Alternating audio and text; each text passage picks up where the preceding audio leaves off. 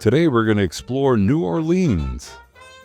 Now, this was my first visit to New Orleans, and unfortunately was on the morning after the terror attack, New Year's Eve 2024. And we are following breaking news out of New Orleans. Breaking news in New Orleans. Local police are calling it an act of terror after a man drove a pickup truck through a crowd on Bourbon Street. Moments ago, the FBI releasing this statement. This morning, an individual drove a car into a crowd of people on Bourbon Street. New Year's Day terror attack in New Orleans, the city holding a vigil overnight for the victims. You're not just our reporter on the scene. You were in the French Quarter this morning when this deadly act of terrorism played out. And the police presence was ominous. But like my wife said, we're now in the safest city in America with all the police and FBI around. Our adventure begins with taking the hop-on, hop-off bus, which I highly recommend as it will take you all over New Orleans prime sites. They have a tour guide that tells you all about each area, and you can hop off at any point and explore, which is what I love to do. The architecture is a sight to see, and the entire vibe of the city gives you that feeling that something is always shaking. Now here's a few things that we visited while there. Did you know that New Orleans is also known as the City of the Dead? New Orleans is surrounded by water and built below sea level, which is why the departed are entombed above ground. Now, not as creepy as it sounds, one of the tour guides suggested that we take a cemetery tour because it's an interesting way to learn about the city's storied past. The ornate marble burial vaults are home to everyone from rock stars, writers, politicians, to voodoo queens.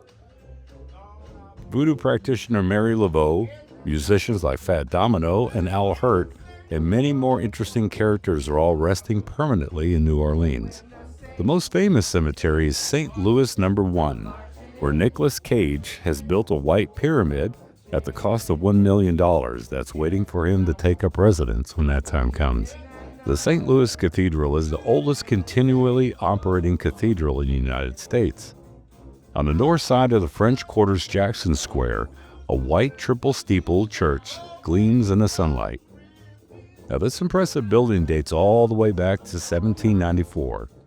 With the famous statue of General Andrew Jackson on his bronze horse and manicured green courtyard, the St. Louis Cathedral is a remarkable sight.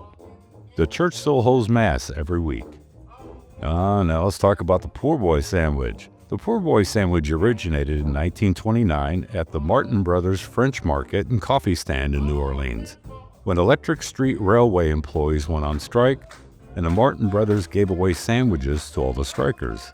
When a striker came by to get a sandwich, the Martin Brothers would call out, "Here comes another poor boy." That's how a New Orleans classic became known as the Poor Boy, and was later abridged to Po' Boy. Now, another thing that you think about when you think of New Orleans is chicory coffee and beignet. Now, the French brought coffee with them as they began to settle along the Gulf Coast and the Mississippi River in the 1700s. During the American Civil War, there was a coffee shortage, so New Orleans Creoles began mixing chicory, the root of the endive plant, with coffee to increase the supply. The Acadians, otherwise known as Cajuns, from Nova Scotia, Canada, brought another French custom, such as the beignet, to Louisiana in the 18th century. Chicory-blended coffee and beignets are still served in New Orleans today at Café du Monde. And just a fun little fact, there's a long line to get around to get into Café du Monde, but if you walk straight in and wait for a table to open up, you can sit right down and you'll have a waiter come up and serve you immediately. Now, for all the history buffs out there, another location that you really need to think about visiting is the World War II Museum.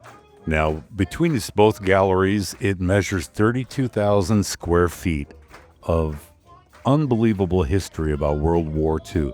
It'll take you minimum 2 to 3 hours to get through, but you could easily spend the entire day. So if you're a history buff, definitely put this on your list of things to see. But when you think of New Orleans, what else do you think of? Well, you think of jazz music, of course. So let's talk about Preservation Hall. It's situated in the heart of the French Quarter on St. Peter Street. The Preservation Hall venue presents intimate acoustic New Orleans jazz concerts over 360 nights a year, featuring ensembles from current collective of 50-plus local master practitioners.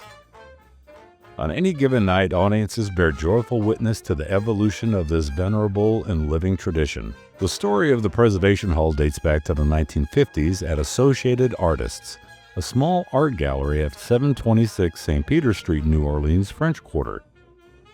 Upon opening the gallery, the proprietor, Larry Borenstein, found that it curtailed his ability to attend the few remaining local jazz concerts, and he began inviting these local musicians to perform rehearsal sessions in the gallery itself.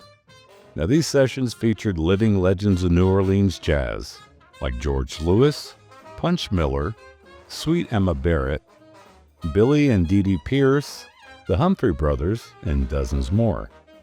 Now, during this period, traditional jazz had taken a back seat to the popularity of rock and roll and bebop, leaving many of these players to work odd jobs.